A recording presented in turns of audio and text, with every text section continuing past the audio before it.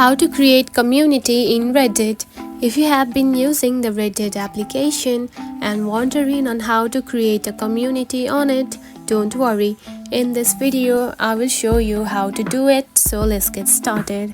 First of all, open the Reddit application just like this. After that, tap on to the profile icon just right here. Tap on it. Then here you can find create a community just right here, then select it.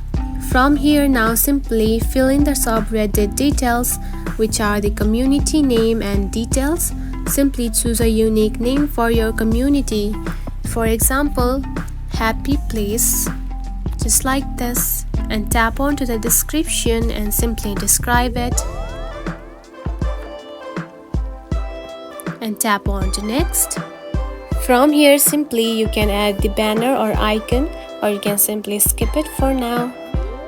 And simply choose the topics for your community just like this and tap on to next, and you can simply select the community type for public, restricted or private and simply tap on to create.